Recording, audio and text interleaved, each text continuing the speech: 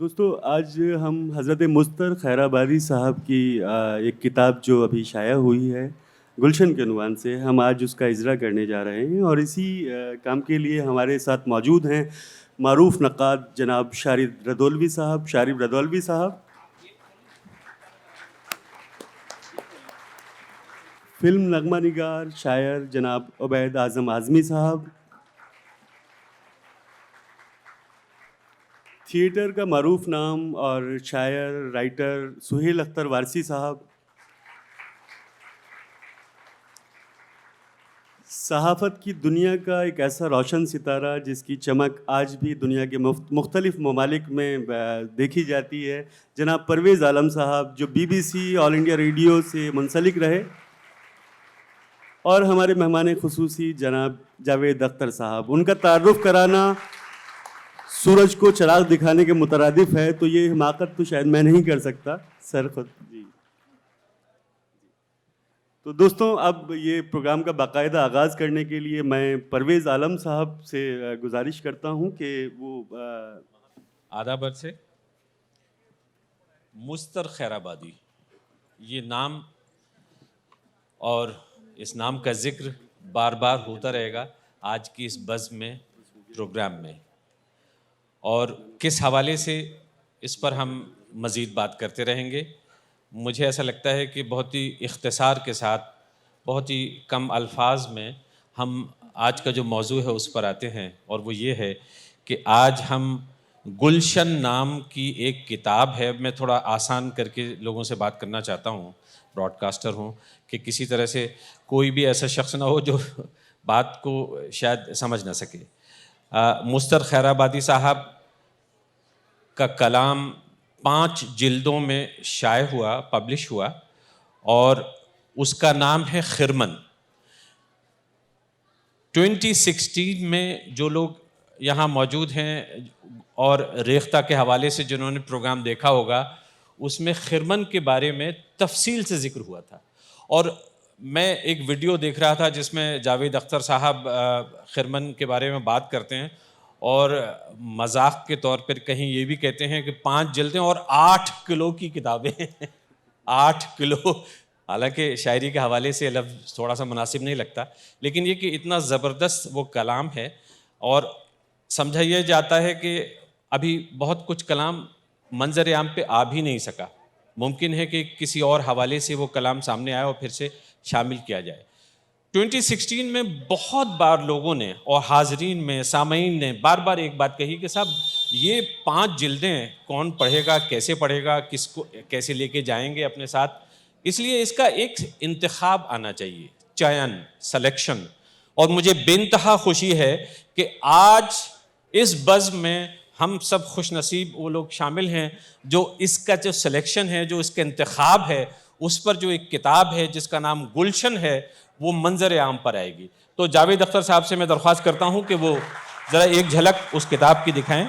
और शारिब रदौलवी साहब इस मुल्क के उर्दू के जो बेहतरीन स्कॉलर्स हैं उनमें शामिल हैं, और उनके हाथों रस्म इजरा हो पुस्तक का विमोचन, और हम देखें कि वो किताब क्या है।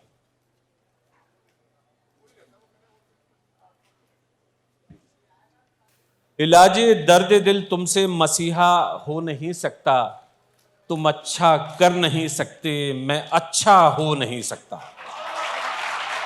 मुश्तर खैराबादी का ये शेर बरसों आपने सुना, आज समझ में आया।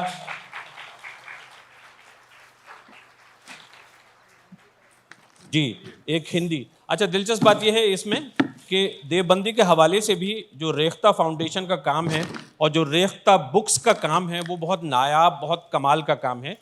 हिंदी में भी ये किताब प्रकाशित हुई है, और जो हिंदी के पाठक हैं इस पुस्तक को देख सकते हैं और वहाँ से ये खरीद भी सकते हैं। गुलशन नाम है, और जैसे मैंने कहा कि ये चयन है, ये सिलेक्शन है, इंतखाब है खिरमन का। और खिरमन वो जो 5 जिल्दों पर आधारित है।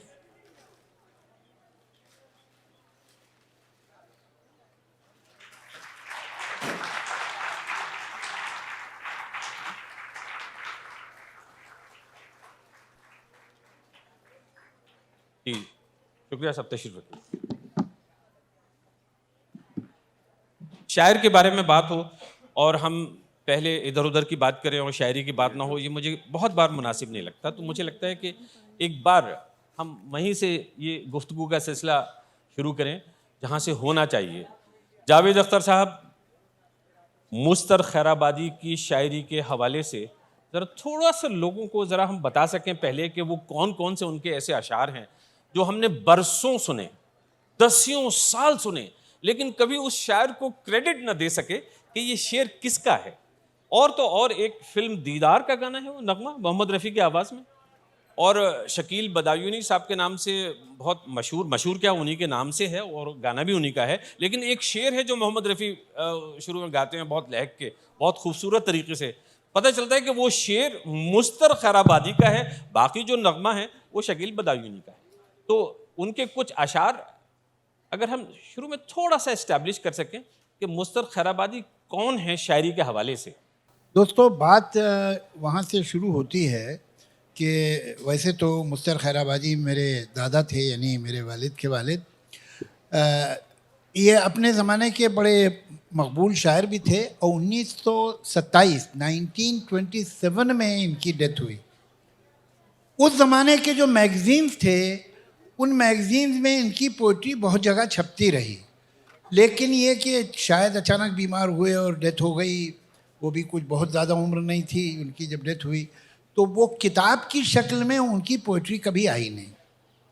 और न जाने हमारे कितने उस्ताद शायर हैं, ये एक तो मुस्तर तो एक हैं, कि जिनकी पोइट्री अभी भी आज भी बिखरी हुई है। कुछ लोगों को शेर याद हैं, कुछ लोगों को शेर याद हैं, लेकिन ये नहीं मालूम कि ये हैं किसके, कहीं छपी है कहीं नहीं छपी है। तो इस तरह का कुछ आलम था।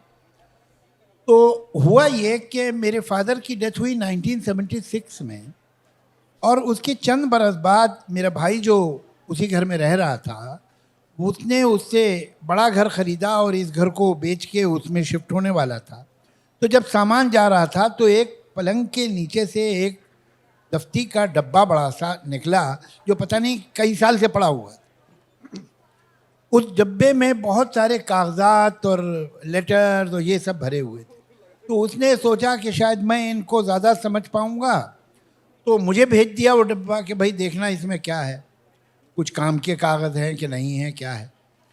तो मैंने भी रखवा दिया और वो कई बरस तक वो बक्स मेरे पास रखा रहा।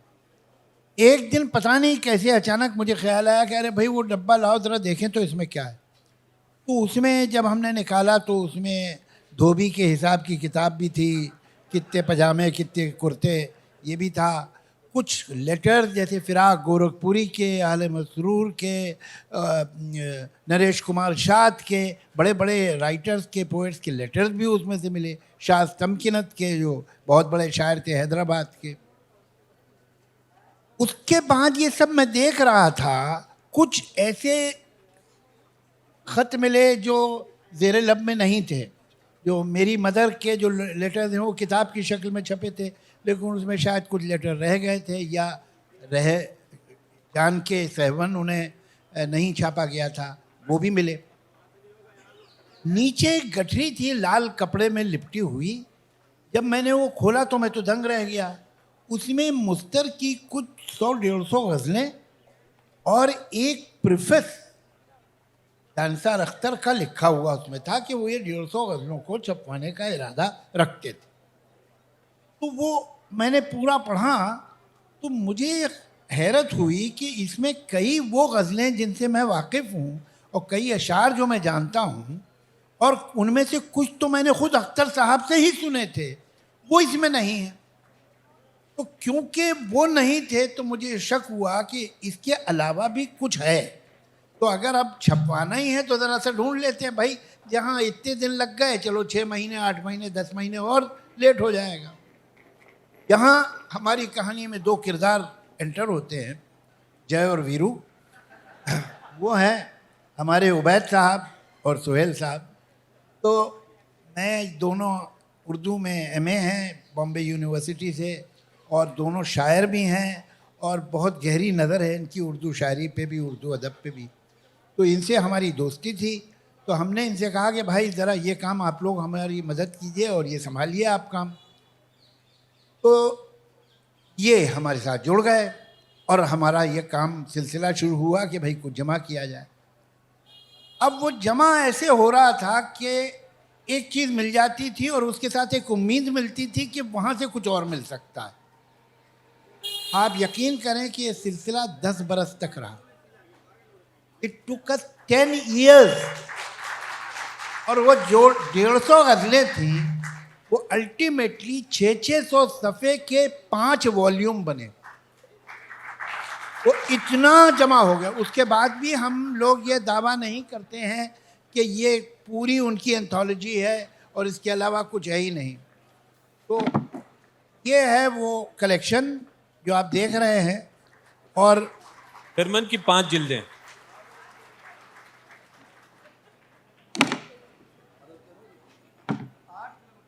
तो 8 ये किलो। इससे ही आपको अंदाजा हो रहा होगा कि मेरे दादा की शायरी में वजन तो था। तो और उस जावेद साहब उस वजन को समेट कर इस किताब की शक्ल में शायर जी। करना गुलशन। तो बहरहाल हमने वो किताब छापी। अब इसमें जो अजीब अजीब हुए, होता यह है कि जब आप किसी काम में लगी जाते हैं, और ये मैं शुक्रगुजार हूँ अपने इन दोस्तों का, इनके बगैर तो खैर मुमकिन ही नहीं था ये काम, कि कहाँ कहाँ वो भोपाल है, वो मेरठ है, वो खैराबाद है, वो ग्वालियर है, वो टोंक है, वो जयपुर, पता नहीं कहाँ कहाँ इन्होंने जहाँ जहाँ मुख्तर साहब अपनी ज़िंदगी में गए थे वहाँ इन्होंने ट्रेस करवाया। किसी की पर्सनल लाइब्रेरी से, किसी दोस्त उनके, कोई रिश्तेदारों के पास मुख्तर की तहरीरें थीं, कैसे कैसे हमने जमा किए और होता ही रहा। तो उसमें जो एक हैरत अंगेज़ वाक़या हुआ, जो मैंने इसके प्रीफेस में लिखा भी है, एक गज़ल है बड़ी मशहूर, न किसी की आँख का नूर हूँ, न किसी के दिल का करार हूँ, किसी के काम जो ना आ सकी, मैं वो एक मुश्त गुबार हूँ। ये बड़ी मशहूर गज़ल है और ये बहादुर शाह ज़फ़र के नाम से मशहूर है। अच्छा, इसके ऊपर 1930 से, बल्कि उससे पहले से भी डिस्कशन चल रहा है। जब हमने मैगज़ीन पुराने निकाले, पुराने किताबें देखी, तो उसमें ये डिस्कशन बड़े बड़े जो वो आले मसरूर हों, नियाज़ फ़तेहपुरी हों, और टोंक के कुछ राइटर जो थे, मुख्तलिफ़ राइटर्स ने इसके बारे में ओपिनियन दी है कि ये बहादुर शाह ज़फ़र की नहीं है। बहरहाल अल्टीमेटली हमको एक किताब लखनऊ की एक लाइब्रेरी से मिली, जिसमें 1928 में छपी हुई किताब, कि जिसमें जो 27 की यानी 1 साल बाद मुख्तर की डेथ के, मुख्तर के ही एक कंटेम्प्रेरी ने इस गज़ल की बुराई में लिखा है उस किताब में, अमीर मीनाई पे किताब, कि भाई ये गज़ल मुख्तर की बिल्कुल ठीक नहीं है, ये गाने वाने में ठीक लगती है, लेकिन आप कागज़ पे लिख के देखें तो उसमें कोई दम नहीं। तो अब ये भी एक प्रूफ हो गया। ये जमा होता रहा सबूत। लेकिन एक दिन एक आर्ट एग्जीबिशन की इनाग्रेशन के लिए बॉम्बे में गया, तो वहाँ मुझे एक लड़की मिली। उसने अपना नाम ज़ेबा बताया, कहा कि मेरे फादर आपसे बहुत मिलना चाहते हैं और हमें मालूम नहीं था आपसे कैसे कांटेक्ट करें। दरअसल मेरे फादर के जो ग्रैंडफादर थे वो मुख्तर साहब के बहुत ज़ाती दोस्त थे और उनके पास मुख्तर साहब के कुछ कागजात थे। तो अब उन्होंने बात ऐसी कही, तो मैंने कहा अच्छा भाई मैं यहाँ से निकलूँ, कहाँ रहती हैं? तो उसने पता बताया, वो ज़्यादा दूर नहीं था। तो मैं चलता हूँ आपके साथ। तो मैं गया, उनके वालिद से मिला। ये सब डिटेल इसके प्रीफेस में है। उनके वालिद ने मुझे पहले तो एक वो दिखाई बुकलेट, जिसमें कैलीग्राफी मुख्तर की थी, और मुख्तर ने एक पूरा कसीदा उसमें लिखा हुआ, और कहा कि आप आइंदा आइए, मेरे पास और भी कुछ कागजात हैं जो मेरी फ़ाइलों में हैं, मुख्तर के कुछ लिफाफे जो मेरे दादा और वो एक साथ रहते थे भोपाल में शीश महल नाम की जगह पे। तो जब गए थे मुख्तर तो कुछ कागज़ छोड़ गए थे, रह गए थे पीछे, तो वो मेरे दादा ने संभाल के रख दिए थे। और उसके बाद फिर वो मेरे वालिद के पास आए और अब मेरे पास आ गए, लेकिन मुख्तर का तो इंतकाल हो गया तो रह ही गए। तो मैंने कहा ठीक है मैं आऊँगा, मगर फिर मैं जा नहीं सका और उन साहब का भी इंतकाल हो गया। तो उन्होंने, उनकी बेटियां जो थीं वो पेपर लेके मेरे पास आई उनके इंतकाल की। वो लिफाफा जो है मैंने खोला तो उसमें कुछ पुराने कागजात, कुछ लेटर थे, और ब्याज के कुछ लूज पेपर्स थे जो मुस्तर की ब्याज थी, जिसमें दूसरी गज़लों और कसीदों के बीच में न किसी की आंख का नूर भी मुस्तर के हाथ का लिखा हो। तो अब ये तो किस्सा ही ख़त्म हो गया। तो इसकी पूरी डिटेल जो प्रेफेस है इस किताब का, गुलशन, उसमें भी मैंने लिखा है। तो अगर आप ये किताब लेंगे तो उसका प्रेफेस आप ज़रूर पढ़िएगा। जी, मैं यहाँ ज़रा ये भी आपका ध्यान इस तरफ दिलाना चाहूँगा, ये मुस्तर खैराबादी साहब की तहरीर है, उनका हैंड राइटिंग है जी, जी। और इसकी एक फ़ोटो कॉपी है और इसमें वही गज़ल जिसका जिक्र अभी हुआ जो बहादुर शाह ज़फ़र के नाम से मंसूब है, जो उनकी कुल्लियात यानी जो कलेक्शन है उसमें कभी छपी भी नहीं थी। मैं ठीक करूँ? नहीं, बहादुर शाह ज़फ़र साहब कभी नहीं छपी, बल्कि खलीलुर रहमान आज़मी साहब उन्होंने जो एक इसका एडिशन निकाला, जो एक कुल्लियात, उसमें भी जिक्र नहीं था। तो जब जो गज़ल बहादुर शाह ज़फ़र के नाम से कभी शाये भी नहीं हुई, तो वो बाद में चलता रहा कि ये उन्हीं की गज़ल है। बहरहाल, तो ये यहाँ वो उसकी एक कॉपी भी है जो मुस्तर साहब के हैंड राइटिंग में है। जावेद साहब, कुछ उनके जो मशहूर अशार हैं, ज़रा उनकी तरफ आएँ, आपकी इजाज़त हो तो। मैं ऑलरेडी वहाँ पहुँच चुका हूँ।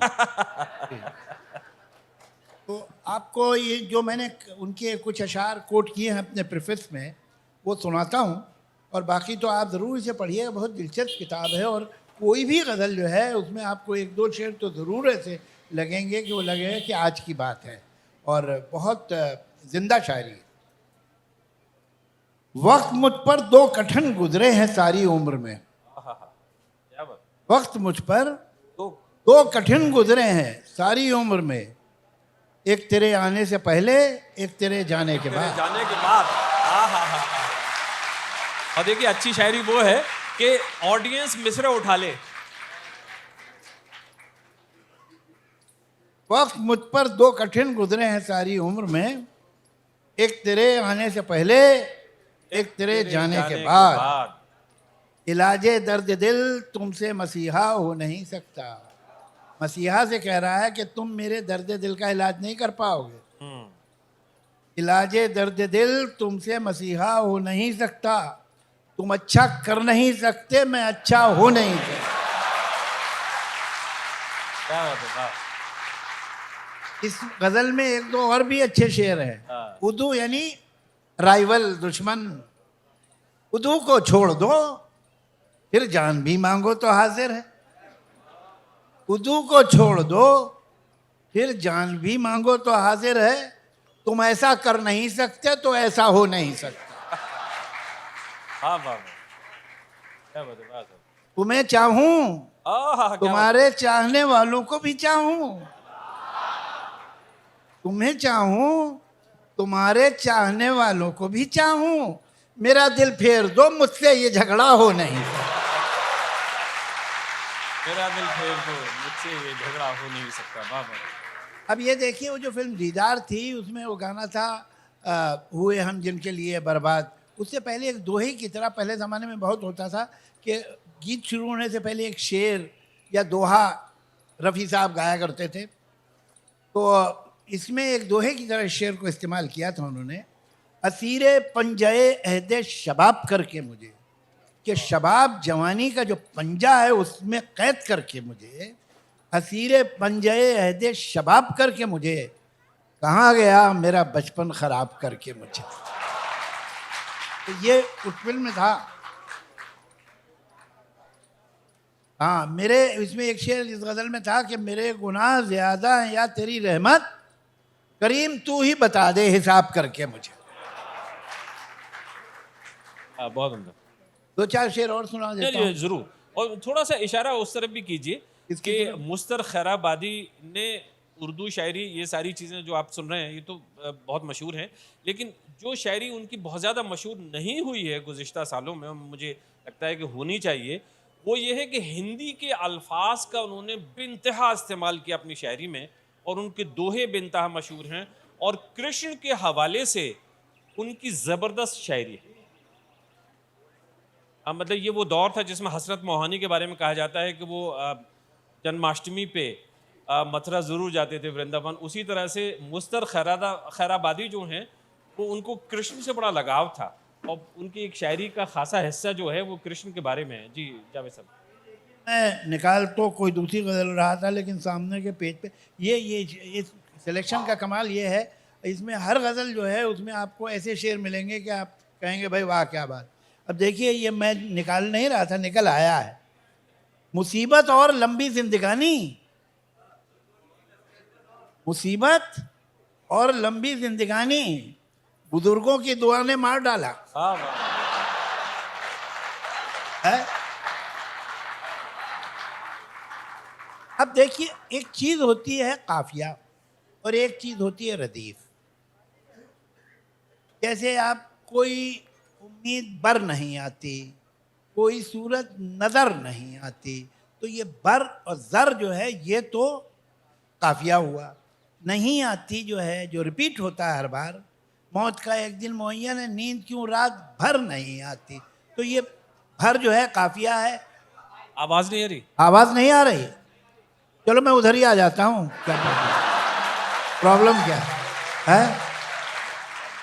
अच्छा जी, हाँ साहब। अब देखिए, इसमें एक गज़ल लिखी, अब ये उस्तादाना काम है कि पहला लफ्ज जो है वो काफिया है और बाकी पूरी लाइन जो है रदीफ है। वफा क्या कर नहीं सकते हैं वो, लेकिन नहीं करते। वफा क्या कर नहीं सकते हैं वो, लेकिन नहीं करते। कहा क्या कर नहीं सकते हैं, लेकिन वो नहीं करते।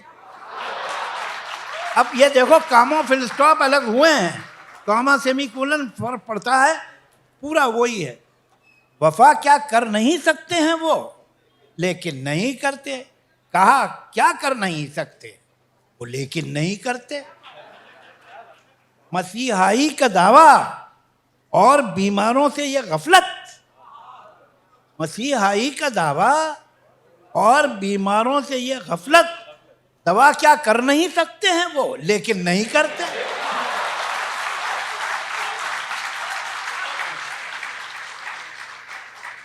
उबैद साहब कह रहे हैं मैंने नहीं कहा है, तो अगर कोई भी एक्शन लिया जाए तो इनके खिलाफ लिया जाए। वो कह रहा है ये शेर आज की हुकूमत के बारे में नहीं।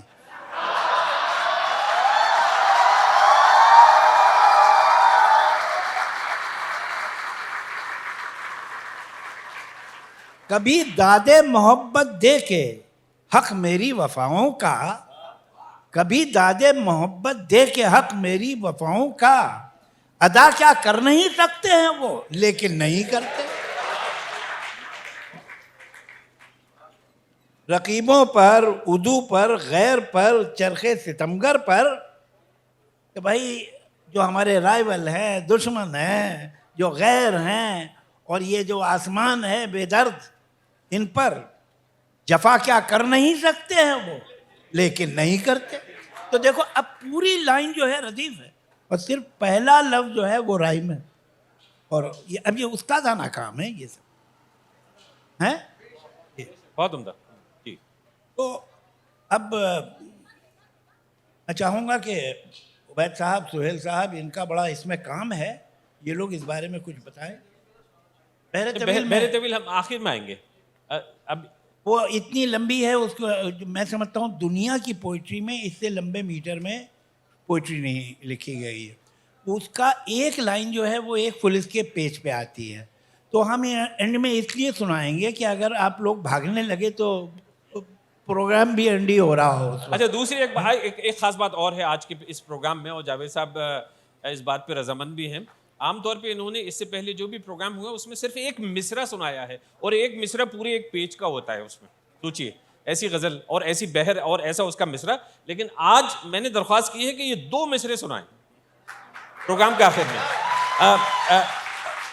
जी, उबैद आजम आजमी साहब, आपके हाथ में माइक है, 2 तरफ इशारा कर दीजिए कि ये काम कितना मुश्किल था और फिर आसान कैसे होता गया। जी, ये काम हम लोगों ने 2004 में शुरू किया। जावेद साहब ने हम दोनों को बुलाया और मुसव्विदा दिया कि ये काम है जो आप लोगों के बगैर मुकम्मल नहीं हो सकता है, और ये पूछा कि कब तक हो जाएगा अंदाज़न। हम लोगों ने कहा कि 2-3 महीने में हो जाएगा, इससे ज़्यादा नहीं वक्त जाएगा। लेकिन जैसे जैसे वो उसकी टाइपिंग का काम शुरू हुआ, मुसव्वदा पढ़ने का काम शुरू हुआ तो ऐसा लगा कि इसकी बहुत सारी चीज़ें कहीं और हैं, इसमें हैं नहीं। फिर हम लोगों ने कुतुब खाने छाने, लाइब्रेरियाँ छानी, ज़ाती लाइब्रेरियाँ छानी, और इस तरह से बहुत सारी चीज़ें हम लोगों को मिली जो इस कुल्लियात में शामिल हैं। मैं मुस्तर साहब के कुछ मतले पेश करना चाहता हूँ कि लड़ाई है अगर हमसे तो शब यूं ही बसर कर लें, लड़ाई है अगर हमसे तो शब यूं ही बसर कर लें, तुम अपना मुंह उधर कर लो, हम अपना मुंह इधर कर लें।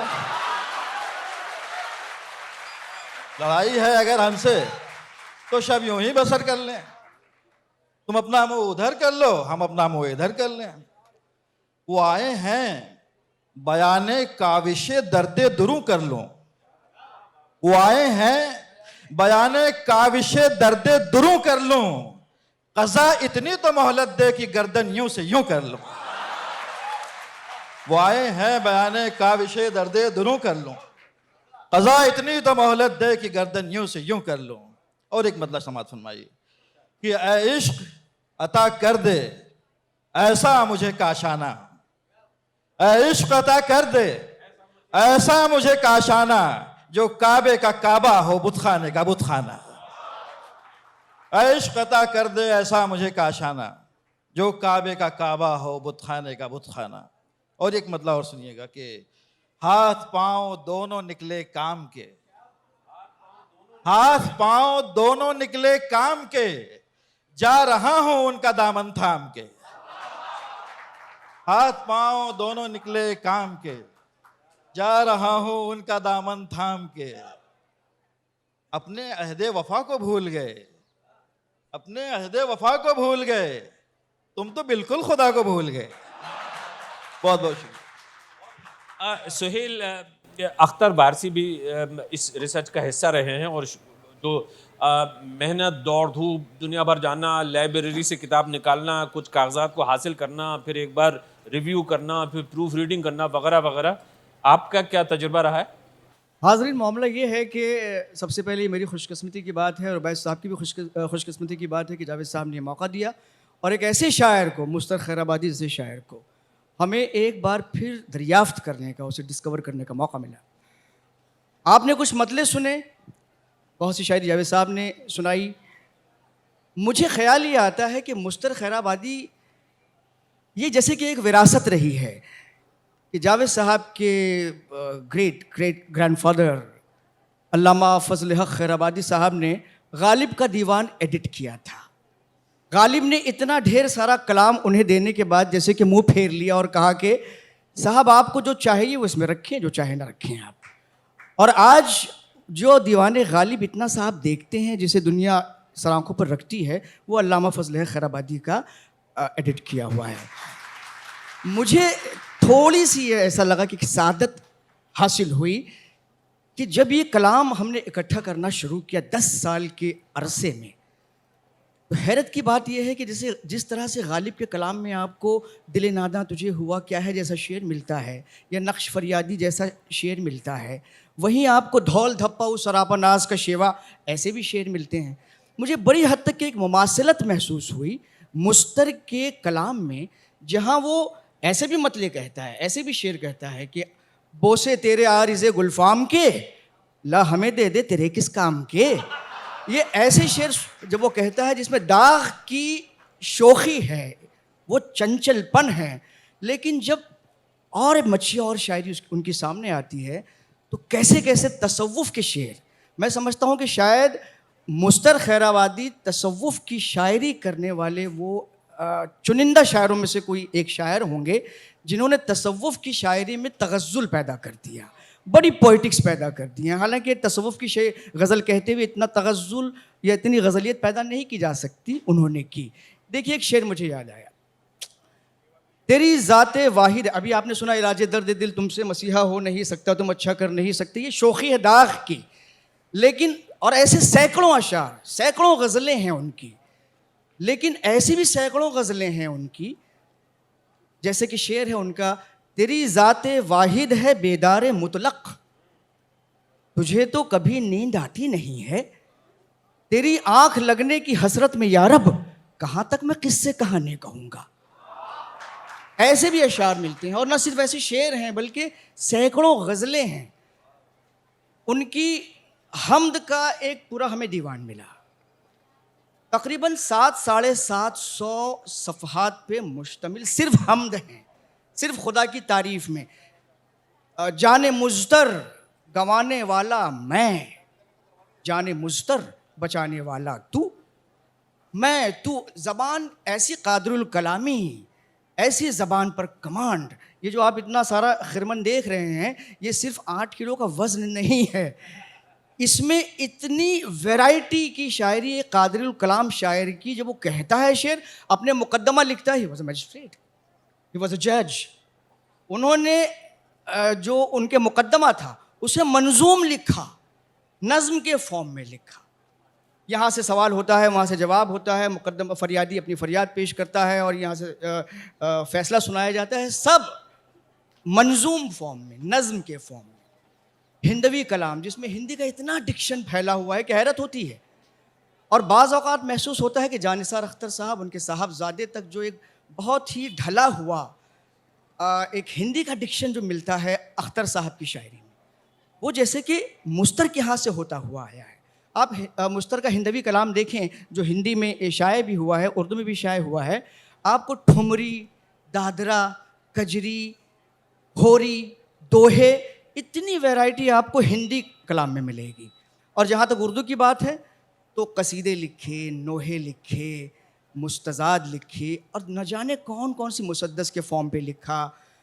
तज़मीन कहते हैं कि पुराने असातिज़ा के अशार पे गज़लें कही जाती हैं। तो मैं समझता हूँ कि मुस्तर को थोड़ा सा यहाँ पर इस तरह से पोर्ट्रे हो गया है मुस्तर कि वो शोखी और शंगी ही सिर्फ उसके यहाँ है, लेकिन मैं समझता हूँ कि मुस्तर के यहाँ इस कदर तसव्वुफ़ और संजीदा शायरी पाई जाती है कि मुस्तर को दोबारा डिस्कवर करने की ज़रूरत है। सुहेल अख्तर वारसी, बहुत बहुत शुक्रिया। और इन्होंने जिस तरफ इशारा कर दिया तसव्वुफ़, शारिब रुदौलवी साहब, मैंने जैसे कहा कि इस मुल्क के जो स्कॉलर्स हैं उर्दू के, उनमें सबसे मुमताज़ नाम अगर इस वक्त कहा जाए तो शारिब रुदौलवी साहब का है। रुदौली नाम की जगह से ताल्लुक़ है, वही रुदौली जहाँ से असरारुल हक़ मजाज का ताल्लुक़ था, वही असरारुल हक़ जो मजाज जो जावेद अख्तर साहब के मामू जान थे।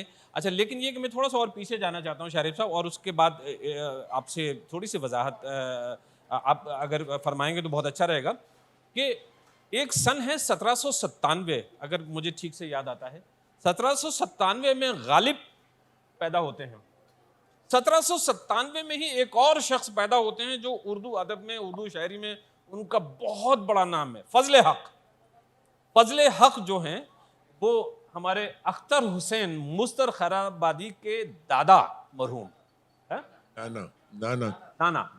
नाना उस हवाले से जी, नाना। तो ये होता, और फजले हक जो हैं ये वो हैं जिन्होंने गालिब के कलाम को एक जगह इकट्ठा किया।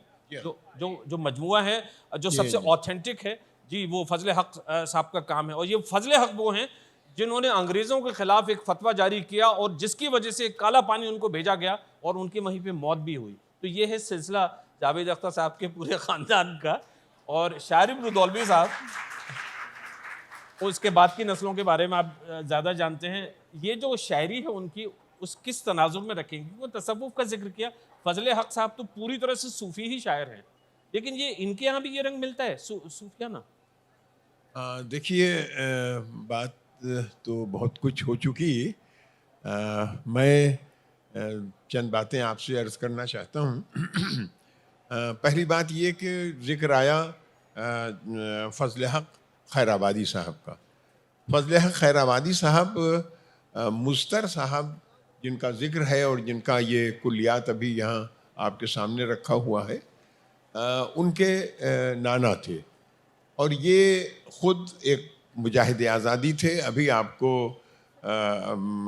परवेज़ आलम साहब ने बताया कि उनको अंग्रेज़ों के ख़िलाफ़ एक फ़तवा जारी करने के सिलसिले में इंडमान में जो काला पानी कहलाता था उस ज़माने में, वहाँ की सज़ा हुई और वहीं जो जाता था वो मर जाता था, मौत की सज़ा होती थी वो एक तरह से।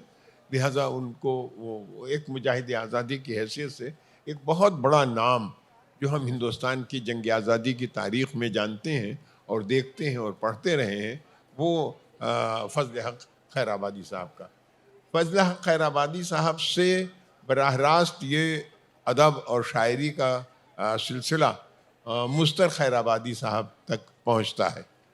मुस्तर खैराबादी के बारे में ज़िक्र हुआ, यहाँ पर जावेद अख्तर साहब बैठे हुए हैं। जावेद अख्तर साहब की शख्सियत के बारे में सिर्फ एक बात कहना चाहूँगा इस हवाले से कि शायद हिंदुस्तान में या कहीं भी कोई ऐसा शख्स नहीं होगा जिसने अदब की, शायरी की, इल्म की, फ़लसफ़े की ऐसी वरासत पाई हो जो नस्लन दर नस्लन उन तक पहुँची हो। हाँ? यानी आप ये देखिए कि मुस्तर खैराबादी साहब के बेटे जानिसार अख्तर साहब और जानिसार अख्तर साहब के बेटे यानी तीसरी पुश्त में हमें जावेद अख्तर साहब का नाम मिलता है, और वो ख़ुद भी एक मुनफरिद शायर हैं जिनको आज हम शायर की हैसियत से जानते हैं। तो इस तरह से अगर हम देखते हैं तो मुस्तर खैराबादी साहब के यहाँ जिक्र आया तसव्वुफ़ का। तसव्वुफ़ हमारी ज़िंदगी का जुज़ है। हम जिस बात का जिक्र करते हैं वो तसव्वुफ़ हो या इश्क़ हो या शायरी हो, उनमें हमको देखने को मिलता है मुस्तर खैराबादी साहब के यहाँ दो बातें ख़ास तौर पर काबिल ज़िक्र हैं। पहली बात ये कि उनका बहुत बड़ा कलाम है और ये कलाम का एडिट किया जाना और उसका जमा होना खुद एक बहुत बड़ा कारनामा है, जिसका मैं समझता हूँ कि हमारे जावेद अख्तर साहब और उनके साथियों ने जो काम किया, जो हिंद गुलशन का इंतखाब और खिरमन का की तहकीक और उस पर मुकदमा और सारी चीज़ें, ये एक बहुत बड़ा काम था। ऐसे कामों उनकी शायरी के हवाले से थोड़ा सा जरूर बताइए, मदद फरमाइए लोगों के हवाले से। उनकी शायरी के हवाले से मैं ऐसी अर्ज़ करूं, खुसूसियात हैं देखिए उनकी जिनको शायरी हम घर की लेके जाएं इस वक्त। नहीं, उनकी शायरी की खुसूसियात जो हैं उनमें सबसे बड़ी चीज़ ये है कि हमारी ये आप एक बात याद रखिए कि ये मैं जिक्र कर रहा हूँ 1865 से 1927 के अहद का। ये न उस वक्त तरक्की पसंद तहरीक थी, न उर्दू में कोई और ऐसी बड़ी तहरीक थी, लेकिन हिंदुस्तान का कल्चर, हिंदुस्तान का रहन सहन, हिंदुस्तान की ज़बान वो यकजहती की ज़िंदगी थी जहाँ न हिंदू और मुसलमान का कोई फ़र्क था, न किसी तरह की ज़बान की कोई तासुब था। लिहाजा आप देखेंगे कि मुस्तर खैराबादी ने जो शायरी छोड़ी है उसमें आपको दोहे भी मिलेंगे, उसमें आपको ठुमरी भी मिलेगी, भजन भी मिलेंगे, उसमें ये सारी चीज़ें आपको मिलेंगी। वो मैं आपसे बाद में जिक्र करूँगा, लेकिन उनकी शायरी इतनी सहल, इतनी आसान, जिसमें ज़िंदगी का तसव्वुर, जिसमें ज़िंदगी का फ़लसफ़ा और हर चीज़ बयान की गई। मैं एक शेर आपके सामने पढ़ता हूँ। वो क़ज़ा के रंज में जान दें कि नमाज जिनकी क़ज़ा हुई। क़ज़ा होना किसी का वक्त के निकल जाना और नमाज न पढ़ पाना, उसे क़ज़ा होना कहते हैं। वो क़ज़ा के रंज में जान दें कि नमाज जिनकी क़ज़ा हुई, तेरे मस्ते बादा शौक़ ने न कभी पढ़ी न कभी अदा हुई। ये मैं आप देखिए, आपने इस शेर को का लुत्फ़ लिया, ये सही है, लेकिन मैं आपसे ये बताऊं कि ये जितना प्रोग्रेसिव एटीट्यूड इस शेर में रिलीजन के बारे में है, हाँ, वो शायद हमें 1936 में तरक्की पसंद तहरीक भी नहीं दे सकी।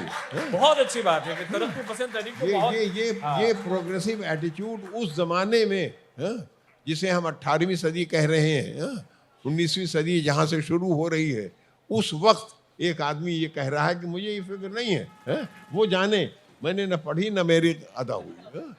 ये इतना बड़ा ये एटीट्यूड शायरी में उस अहद में नहीं मिलता।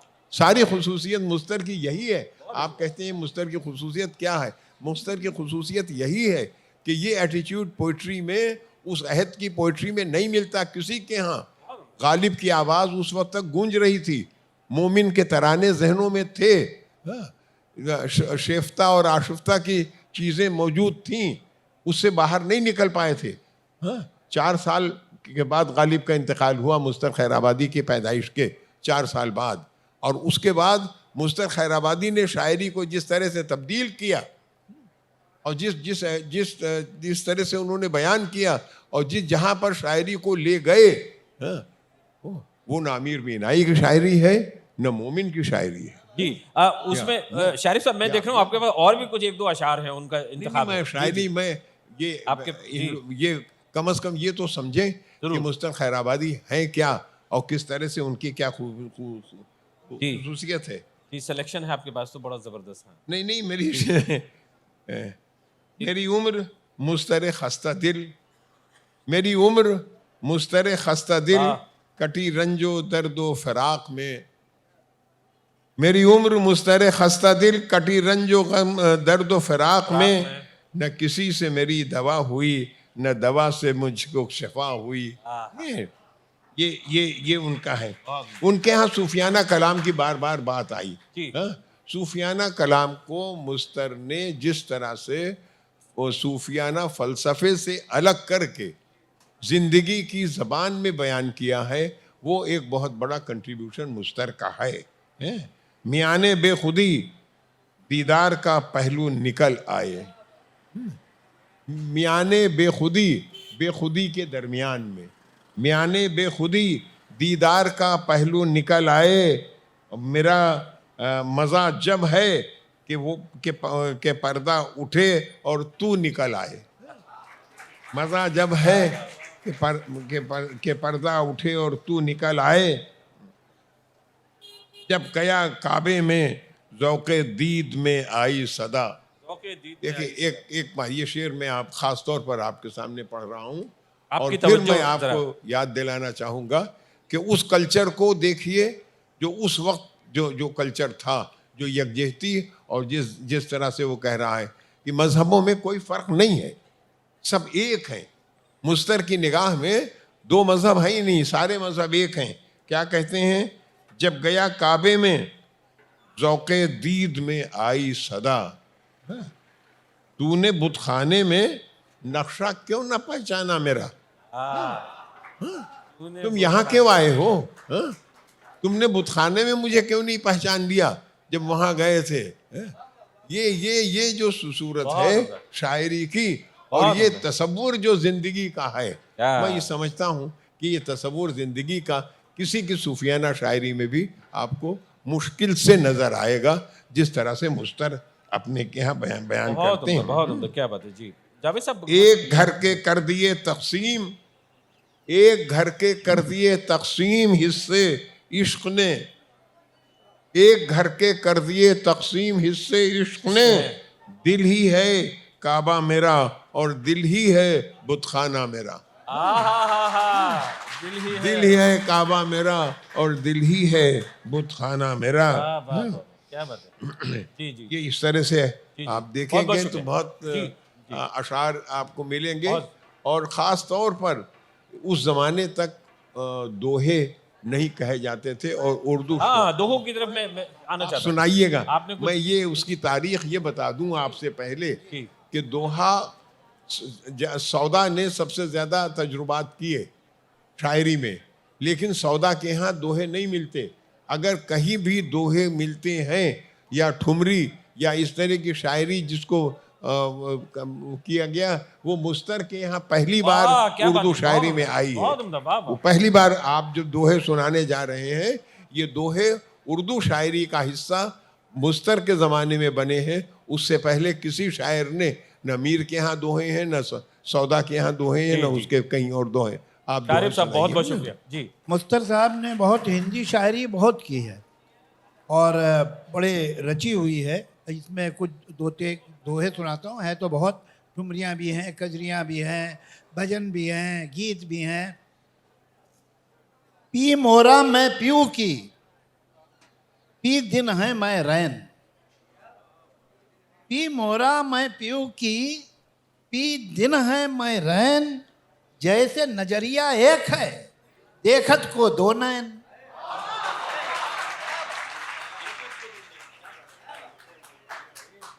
गोकुल की सी नागरी, मथुरा का सा गांव। गोकुल की सी नागरी, मथुरा का सा गांव, तुम हो मालिक ब्रिज के, कृष्ण तुम्हारा नाव। जब विपता पड़ जात है, छोड़ देत सब हाथ। जब विपता पड़ जात है, छोड़ देत सब हाथ, देत अंधेरी रैन में कब परछाई साथ। बहुत इसमें बहुत से दोहे हैं। बहुत उम्दा। एक देत और अंधेरी रैन में, अंधेरी रात में परछाई कहाँ साथ आती है। बहुत बहुत एक इसमें बेगम है। अख्तर ने बहुत मशहूर चीज गाई है, छा रही काली घटा, जी, जी, जियरा मोरा घबराए है। इसमें ऊदी लफ्ज लिखा हुआ है ना, और जी, लफ्ज है इसमें ऊदी। लेकिन बेगम अख्तर से आपने सुना होगा, क्या शानदार उन्होंने गाई है और क्या शानदार, जाहिर सी बात है वो लिखी हुई जी, चीज है। जी। आप कुछ और इंतखाब निकाल रहे थे जावेद साहब? नहीं नहीं, मैं आपका वो बता रहे थे, छा रही काली घटा, वही मुझे याद हाँ, है। वो है इसमें। और वो एक मिसाल है अपने आप में वो। जी जी। ये देखिए, हमारे ये अवध में तो खैर वैसे चाहे वो यगाना संगीत, ये बहुत से शायरों ने कृष्ण पे तो बहुत पोइट्री उर्दू जी हाँ में जी, आपको जी हाँ अवध जी, में मिलेगी, जी हाँ। बहुत पोइट्री। बहुत मिलेगी। और एक शाह तुराब अली होते थे कलंदर, जी। काकोरी शरीफ वाले। जी, जी, क्या जी। जबरदस्त शायरी है उनकी कृष्ण के बारे में। और वैसी ही शायरी है मुस्तरद खैराबादी साहब। आपको मैं एक किस्सा सुनाता हूँ। एक हमारी फिल्म थी युगांधर। युगांधर एन चंद्रा एक डायरेक्टर से वो बना रहे थे। युगांधर का मतलब वो जो युग को बदलने वाला। तो उसकी म्यूजिक दे रहे थे लक्ष्मीकांत प्यारेलाल, मैं उसके गीत लिख रहा था। तो एक दिन मैं वहाँ पहुँचा तो वो कुछ ज़रा, दोनों बैठे थे, director, music director Lakshmi ji. तो दोनों ज़रा कुछ अजीब ऑकवर्ड से थोड़े थे। मैं वहाँ, बताइए भाई अगली सिचुएशन क्या है, ट्यून क्या है। हम लोग तो ट्यून पे लिखते हैं ना। वो कहने ज़रा कुछ, वो क्या था कि असल में एक सिचुएशन हाँ भाई बताओ। तो काफ़ी उन्होंने हाँ हूँ हाँ है करके अल्टीमेटली बहुत रिलेक्टेंटली बताया। असल में हम सोच रहे थे कि यहाँ एक कृष्ण की आरती इस्तेमाल करें, अच्छी सिचुएशन है आरती के लिए। तो मेरी समझ में आ गया कि इनका प्रॉब्लम क्या है। तो मैंने कहा आप ट्यून दे दीजिए, देखते हैं करेंगे कुछ। तो उन्होंने मुझे ट्यून दे दी। अगले दिन मैं लिख के ले गया तो मैंने कहा आपने जो मुझे ट्यून दी थी वो गीत की ट्यून थी, आरती की नहीं थी। आरती में एक क्रिसेंडो होता है। आरती ऐसे प्लेटो पे ख़त्म नहीं हो जाती है, आरती एक क्रिसेंडो होता है। वो आपने मुझे धुन नहीं दी थी, तो वो मैंने अपनी तरफ से लिख दिया है, वो आप उसे कंपोज कर लीजिए। और वो पूरा मैंने जो क्रिसेंडो लिखा वो सिर्फ कृष्ण के नाम से लिखा। वो क्या है जरा याद वो दिलाइए। सुनाता हूँ। जी। वो था, वो कृष्ण कन्हैया मुरलीधर मनमोहन कान मुरारी है, गोपाल मनोहर दुख भंजन घनश्याम मटल बनवारी है, बन कुंज फिरैया सांवरिया नंदलाला कान मुरारी है। वो गोपीनाथ मदन मोहन वो श्याम पितंबर आएगा आएगा युगांधर आएगा आएगा युगांधर आएगा। तो कहने लगे कि भैया इतने नाम तो कृष्ण के हमें नहीं मालूम है, तो आपको कहाँ से पता है। मैंने कहा मैं उर्दू पढ़ता हूँ ना, इसलिए पता है। वाह, ये आज का जुमला है साहब, ये आज का जुमला हो गया। ये सारे नाम मैंने उर्दू शायरी से ही सीखे। क्या बात है, वाह। और वो लगान का भजन आपको याद है, आशा भोसले वाला जो उन्होंने गाया, जावेद अख्तर साहब ने लिखा, और क्या शानदार भजन है वो कृष्ण के बारे में। जी। ये कहने लगे कि एक साहब हमारी दोस्त कहने लगी कि भाई वो भजन सुन के हम तो नहीं मान सकते कि तुम एथीस्ट हो। ये तो कोई आदमी जो बिलीवर हो वही लिख सकता है। तो मैंने कहा शुक्र है कि तुमने गब्बर सिंह के डायलॉग सुन के ये नहीं सोचा कि मैं डाकू रह चुका हूँ। बहुत उम्दा। अच्छा, एक बात जावेद साहब जरूर मैं चाहूँगा, थोड़ा अदबी महफिल में ज़रा उस तरफ भी इशारा हो जाए कि फजले हक साहब, जैसे हमने अभी जिक्र किया, सूफ़ी वाला रैंक था उनका दर्जा अपने वक्त में। लोग फजले हक साहब के बारे में ये फरमाते थे कि जैसे एक होता ना, एक बहुत सूफ़ी किस्म का शख्स, और उसके बाद में वो रंग आपके यहाँ भी मिलता है, मुस्तर खैराबादी साहब के यहाँ। और ये जावेद साहब ने एक लफ्ज़ का अभी कहीं कह दिया, एथीस्ट, और इस पे खास ये डिबेट भी करते हैं। टेलीविज़न और गूगल वगैरह पे कभी सर्च कीजिएगा, इनकी बड़ी दिलचस्प डिबेट्स हैं। ये सिलसिला बताइए, कहाँ सूफी से शुरू हुआ और एथीस्ट पे ख़त्म हो रहा है? ये क्या मामला है? भैया ये जो सूफी है ना, ये पहला कदम है एथीज्म की तरफ। पहले तो वहां तक जाता आदमी, फिर वहीं से निकल जाता। और अथीज्म जो है वो बिलीवर का लास्ट स्टेप है। अरे वाह, क्या बात है शारिफ साहब, क्या बात है, वाह वाह वाह। अच्छा, अब हम उस मंजिल आप नहीं बोलेंगे, मैं अर्ज करूं, इसलिए एक बात रह जाएगी। हम मुस्तर खैराबादी का जिक्र कर रहे थे, एक चीज़ की तरफ। हमारे यहाँ जो साहित्य में प्रगतिशील मूवमेंट आया, तरक्की पसंद तहरीक आई, उसने बहुत सी आज़ादी दी।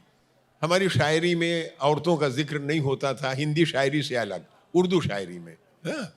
तो मैं सिर्फ इस वजह से ये बताना चाहता हूँ कि 1936 से बहुत पहले मुस्तर खैराबादी औरतों का जिक्र कर चुके अपनी गज़ल में, और वो शेर अब मुरत्तबीन की खिदमत में पेश कर रहा हूँ। अरे वाह, क्या बात है, जरूर इरशाद जी। जगाने चुटकियाँ लेने सताने कौन आता है, जगाने चुटकियाँ लेने सताने कौन आता है, ये छुपकर ख्वाब में अल्लाह जाने कौन आता है। वाह वाह वाह। जगाने चुटकियाँ लेने सताने कौन आता है, ये छुपकर ख्वाब में अल्लाह जाने कौन आता है। और ये शेर सुनिए जिसके लिए मैंने आपको तकलीफ दी कि बरसते में ये किसने मेरे घर आने की ठानी है। बरसते में बारिश हो रही है, बरसते में ये किसने मेरे घर आने की ठानी है, दुपट्टे का ये आंचल सर पे ताने कौन आता है। शारिफ साहब, क्या बात है, वाह। ये पहली बार उर्दू शायरी या उर्दू गज़ल में औरत का जिक्र इस तरह से आया है, और वो मुस्तर खैराबादी ने किया। खैराबादी साहब, अरे बहुत बहुत शुक्रिया शारिफ साहब, आपने अब देखिए, महफिल लूट ली। अब देखिए दादा ऐसे में तो बिगड़ जाना मुमकिन था ना हमारा। अच्छा, क्या करें? इस तालियों के क्रिशेंडो में तरबियत ही गलत हुई। जी जी, वो जो मिसरा है जिसका जिक्र हुआ था मुस्तर खैराबादी साहब का, उसके बारे में थोड़ा सा एक 30 सेकंड में मैं आपसे ये जानना चाहूँगा कि वो जो बहरे तवील है, ये दरअसल है क्या, थोड़ा सा लोगों को बता दें, फिर उसके बाद में हम मिसरे की तरफ आते हैं कि बहरे तवील क्या चीज़ हो। कहा जाता है कि बहरे तवील में शायरी करना बेइंतहा मुश्किल है, इसलिए कि ये उर्दू की वो बहर है, मतलब मीटर है, जो जिसको छंद वगैरह कहते हैं ना, जो मीटर जिसको बोलते हैं, जिसके अंदर गज़ल को बांधा जाता है। लेकिन ये सबसे मुश्किल बहरों में शामिल है, बल्कि शायद सबसे मुश्किल बहर। जी, बहुत मुश्किल बहर तो नहीं कह सकते। देखिए, आप लोग आमतौर पर जो गज़लें सुनते हैं बहुत एक छोटे मीटर में होती हैं, तयशुदा मीटर में होते हैं। उसमें एक रुकन होता है जो शायरी के मिसरे को नापने के लिए, वज़न करने के लिए वज़ा किया जाता है। जैसे आपने कभी सुना होगा फ़ाइलुन, फ़ाउलुन, फ़ाइलातुन, मफ़ाइलुन, मुतफ़ाइलुन वग़ैरह। तो मुस्तर खैराबादी ने, जो आम तौर पे दूसरे शोरा इस तरह के अरकान को अपनी शायरी में या अपने एक शेर में 8 बार या 6 बार इस्तेमाल करते हैं। एक शेर में 8 बार या 6 बार आम तौर पर तमाम शोरा इस्तेमाल करते हैं, लेकिन मुस्तर खैराबादी साहब ने अपने एक शेर में फ़ैलातुन को 200 बार इस्तेमाल किया। मतलब 100 बार भी नहीं, 200 बार, एक, हाँ 100 टाइम्स मेरे ख्याल से एक मिसरे। ये तो शायद ये वर्ल्ड रिकॉर्ड है, आलमी रिकॉर्ड है, तो शायद और इससे ये लंबा मिसरा नहीं कहा गया किसी भी जमान की शायरी ये में। बहरे रमल मखबून में उन्होंने 100 मरतबा फ़ैलातुन एक मिसरे में आता है, और दोनों मिसरे मिला के 200 मरतबा हो जाता है। जावेद साहब अभी वो मिसरा पढ़ेंगे या उसके कुछ शेर सुनाएंगे, समाज फरमाइए आप लोग। अब जरा खामोशी से सुनिएगा, इसलिए कि ये लंबा मिसरा है और जरा आपकी तवज्जो खामोशी चाहता से है। नहीं आपकी- सुनिएगा, जैसे आप लोग सुनते हैं वैसे ही सुनिएगा। आपकी तवज्जो चाहता है। और बीच में सो ना जाइएगा। ये एक पहला मिसरा सुनिए।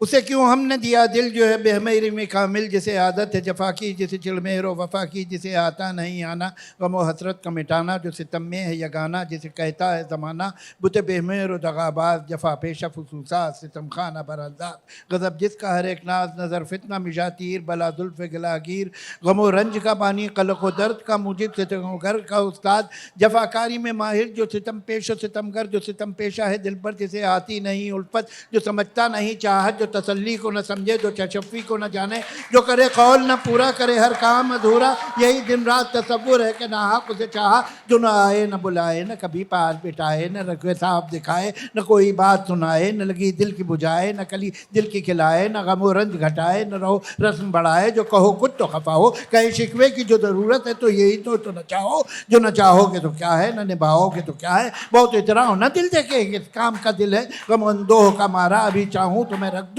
इसे तलुओं से मसल कर, अभी मुँह देखते रह जाओ कि हैं इनको हुआ क्या कि इन्होंने मेरा दिल लेके मेरे हाथ से खोया।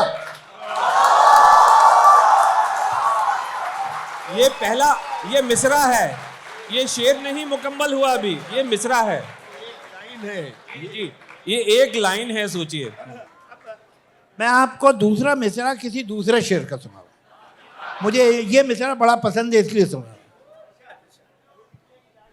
ये इसमें जरा पे गुलगश्त गुलिस्तां को गई उनकी सवारी, जो चली बाद बहारी तो खिली फूलों की क्यारी, कहीं कलियां हुई जाहिर, कहीं गुंचे हुए पैदा, कहीं बेला, कहीं लाला, कहीं सोसन, कहीं शब्बो, कहीं जूही, कहीं गेंदा, कहीं चंपा, कहीं नसरी, कहीं नरगिस हुई शाखों पे नमूदार, वो शाखें जो बरंगे सर तस्लीम झुकी, ताकि कदम ले गुले नौरस्ता खूबी के, जिसे तू कहे शाया है कि जब तक वो खुर्शीद नज़र रश के कमर गैरत गुल आए, चमन सीम बदन माँ जबी गुंचा दहन देखे, अगर उसकी पवन गुल वहीं शम्मा लगे, जिसकी नज़र सामरी फन, जिसका मिजा तीर फिगन है, यही उसके लिए सामान मुहैया है, उसी के लिए असबाब बराहम, कहीं सब्ज़े का बिछा फर्श के, कहीं सब्ज़े का बिछा फर्श के सोए वो गुलेतर, कहीं मेवों के लगे ढेर के खाए वो सितंबर, कहीं पानी से भरे हौज के पीले वो सितमगर, कहीं पटरी की तमन्ना की कदम उसके मैं चूमूं, कहीं मेहंदी की एक ख्वाहिश के मुझे पीस ही डाले, कहीं मेवों की यह हसरत के हमें तोड़ के फेंके,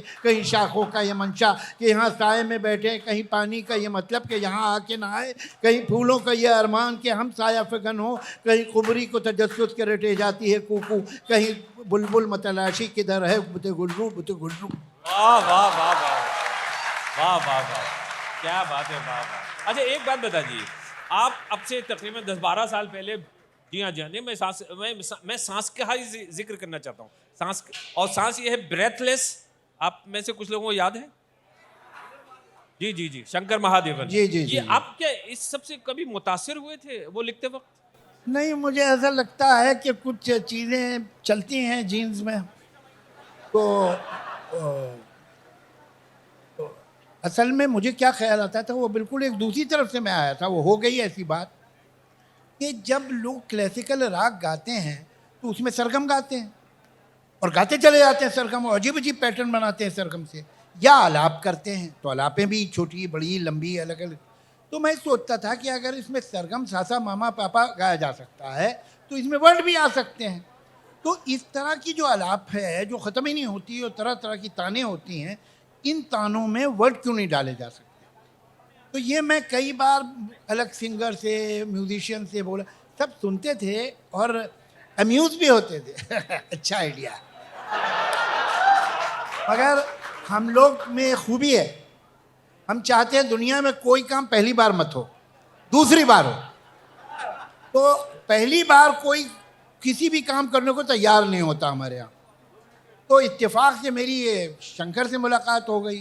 शंकर के साथ एक मैंने कहीं कुछ किया था, छोटा सा काम, फिल्मों का नहीं था। तो मैंने उनसे कहा, तो उन्होंने कहा कि मैं करूँगा। तो फिर शंकर ने आके मेरे घर पे हारमोनियम पे यमन के मुझे आलाप और ताने दी थोड़ी सी कि ये स्कैनिंग है। फिर वो लेके मैंने लिखना शुरू किया। तो जैसे मजमून लिखते हैं तो 4 फुल स्केप पेज में आर्टिकल की तरह ये लिखा हुआ था गाना। फिर उसने उसको जो उसने बताए थे, जो स्कैनिंग बताई थी, उसी के हिसाब से पूरा गाया और कमाल का गा दिया, कोई शक ही नहीं। तो मैं सोचता हूँ अच्छा हुआ बाकियों ने इनकार कर दिया और बात शंकर महादेवन तक पहुंची। क्या बात है। अगर इजाजत दें तो एक दो सवाल ले सकते हैं, अगर मुनासिब समझे, अगर आसान हो तो क्यों नहीं। आसान हो। सिर्फ आदाब सर, अपना नाम बताइए। मेरा नाम सलीम है और मैं मुजफ्फरनगर से हूँ और यहाँ पे नोएडा में मैं जॉब करता हूँ। मेरा एक सवाल यही है कि जब भी सलीम मैं- नाम है आपका? जी सर। ये तो सुना हुआ नाम है।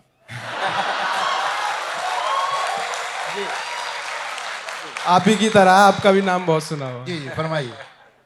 सवाल। जब भी नए लेखक या कवि लिखते हैं, मैं भी कभी कभी लिखता हूँ, तो मुझे ये तलफ़ुज़ वगैरह, ये जो अभी छंद दोहे, वो सब कुछ समझ नहीं आता। बस लिखता हूँ और लिखता ही हूँ। तो मुझे वो चीज़ समझ नहीं है, ये क्या होता है, कैसे रिदम विदम, ये मैं बिल्कुल नहीं जानता हूँ। तो उस चीज़ को जब कोई लिखने बैठे तो वो क्या ध्यान में रखे कि क्या चीज़ें वो समझे कि तब वो लिखे, मुझे ये जानना है। सलीम साहब बहुत बहुत शुक्रिया। इल्म अरूज के बारे में जानना चाहते हैं? नहीं वो मसला उससे ज़्यादा संजीदा उससे है। ज्यादा अच्छा। देखिए, आदमी को पढ़ा लिखा होना चाहिए, सिर्फ लिखा लिखा होना ठीक नहीं होता। तो अगर आपको पोइट्री से इंटरेस्ट है तो आप कह रहे हैं मैं छंद क्या होता है, ये क्या होता है नहीं जानता हूँ, मतलब ये कि अगर आप बॉलर बन रहे हैं टेस्ट मैच में, कहे भैया लेग ब्रेक क्या होता है, ऑफ ब्रेक क्या, गुगली मैं समझा, ऐसा नहीं है। वो आपको सीखना पड़ेगा कि लेट कट क्या होता है और हुक क्या होता है और फॉरवर्ड क्या है, ब्लॉक बैकवर्ड क्या है, आपको मालूम होगा। और स्क्वायर कट कैसे कहते हैं, आप कहेंगे सब मैं नहीं जानता, मैं तो टेस्ट प्लेयर बनना चाहता हूँ, ऐसा मुमकिन नहीं है। तो आपको मैं मशवरा ये दूंगा कि आप पढ़िए पोइट्री, और हर तरह की पोइट्री पढ़िए। पुराने कबीर और मीरा को भी पढ़िए, और गालिब और मीर को भी पढ़िए, और जो मॉडर्न पोएट हैं उन्हें भी पढ़िए, नीरज को भी पढ़िए, और कैफी को भी पढ़िए, और साहिर को भी पढ़िए, और फैज़ को भी पढ़िए। क्या बात है। जब आप सबको पढ़ेंगे तो आपको खुद मालूम हो जाएगा कि छंद क्या है और अक्लमंद क्या है।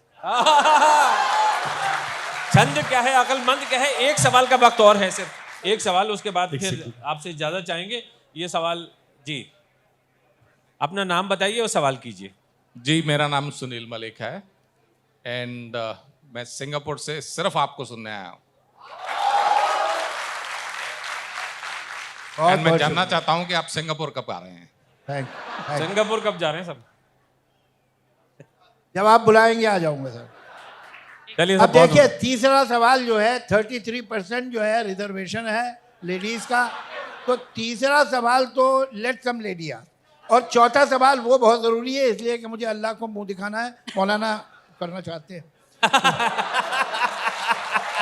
तो वो भी ये आपने समझ ली ना बात। एक लड़के की तरफ से सवाल आना जरूरी है। हाँ बहुत ज़रूरी। चलो बहुत लड़कियों ज़रूरी। कोई सवाल करो। अस्सलाम करो, कोई वालेकुम। सवाल करें। हाँ जी।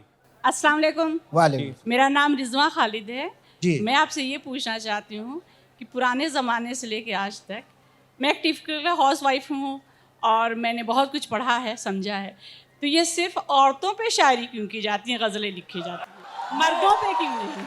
ये कहते हैं औरतों पे शायरी है। परवीन शाकिर, फहमीदा रियाज ने तो मर्दों पे बहुत शायरी की है। आपका निशाना सिर्फ अगर औरतें आपको होती ये हैं, आप शिकायत शायरों है के। कि आप क्या चाहती हैं, मर्दों पे शायरी किया करें। वैसे अब कानूनन जायज है।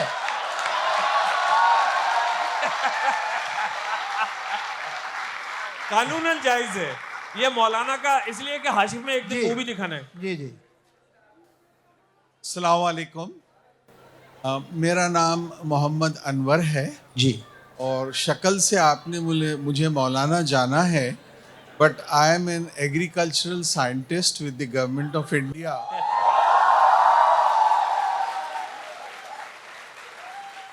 उर्दू मैं बहुत शर्मिंदा हूं कि मैंने आपको गलत समझा। आप तो अच्छे इंसान निकले।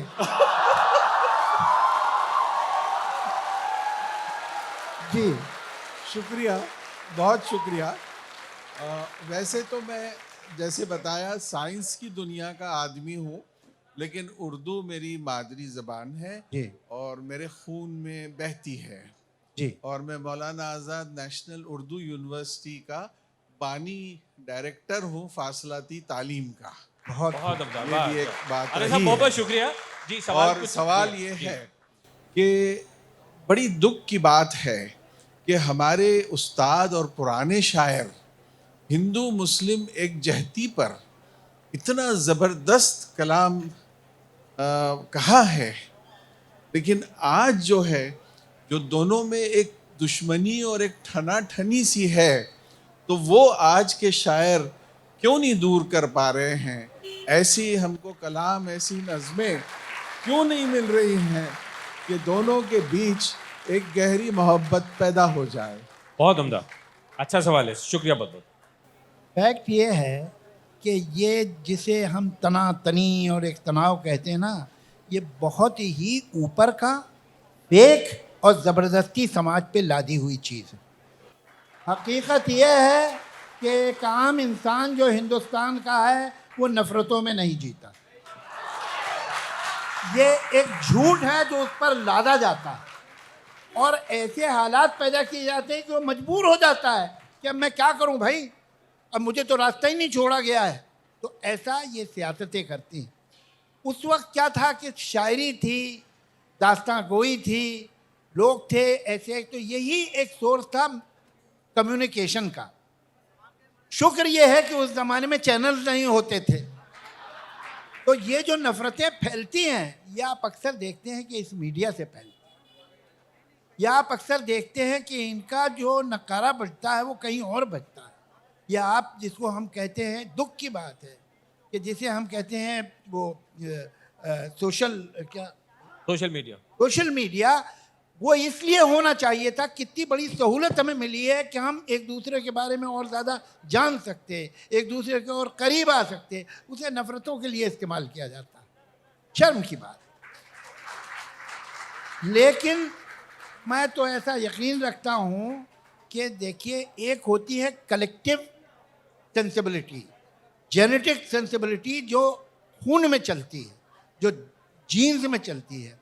ये मुल्क की तहजीब जो है 6000-7000 साल पुरानी है। दूसरी तरफ ये मुल्क यंग है कि 50% पॉपुलेशन जो है 25 साल की है और उससे कम है। ये दोनों चीज़ें मिलके इस मुल्क को कभी शिद्दत पसंद नहीं होने देंगे, क्या इसे बात है। कभी एक्सट्रीमिस्ट नहीं होने। बहुत बहुत हमारी कॉमन सेंस जो है, हिंदुस्तान के गांव का आदमी जो जाहिल हो, शायद उसको साइंस के बारे में ना पता हो, उसको बड़े बड़े जो लफ्ज़ हैं आज के वो ना मालूम हो, लेकिन उसके पास एक कॉमन सेंस है जो उसके खून में चल रहा है, और वो कॉमन सेंस उसे कभी पागलपन नहीं करने देगा। क्या होता है, जो एक्सट्रीम आइडियाज़ होते हैं ये अट्रैक्टिव होते हैं। एडवेंचर उसमें एक होता है, उसमें एक क्राइम एंगल होता है, और क्रिमिनल स्टोरी ज़रा मज़े की होती हैं। तो ये थोड़ी देर को अट्रैक्ट हो जाएगा आदमी, ज़रा कुछ खून खराबा, वायलेंस अट्रैक्टिव है, मज़ा आता है सुन के, पढ़ के, तो थोड़ी देर को। लेकिन वो उसका मज़हब नहीं है, वो उसका धर्म ही नहीं है, वो उसका मिजाज ही नहीं। क्या बात है, वाह वाह। तो आप फिक्र ना कीजिए, ये सब जो है ये हवाएं आती हैं, जहरीली चली जाती हैं। अब जाना शुरू भी कर दिया। बहुत बहुत शुक्रिया जावेद अख्तर साहब, शारिब रुदौली साहब, उबैद आज़मी साहब, सुहेल अख्तर वारसी, आप लोगों का बहुत बहुत शुक्रिया, और अजहर साहब आपका बहुत बहुत शुक्रिया, और रेख्ता फाउंडेशन, जश्न रेख्ता की तरफ से मैं आप सबका बेइंतहा शुक्रिया अदा करता हूँ, तमाम सामीन का और हाजरीन का बहुत बहुत शुक्रिया। Thanks a lot.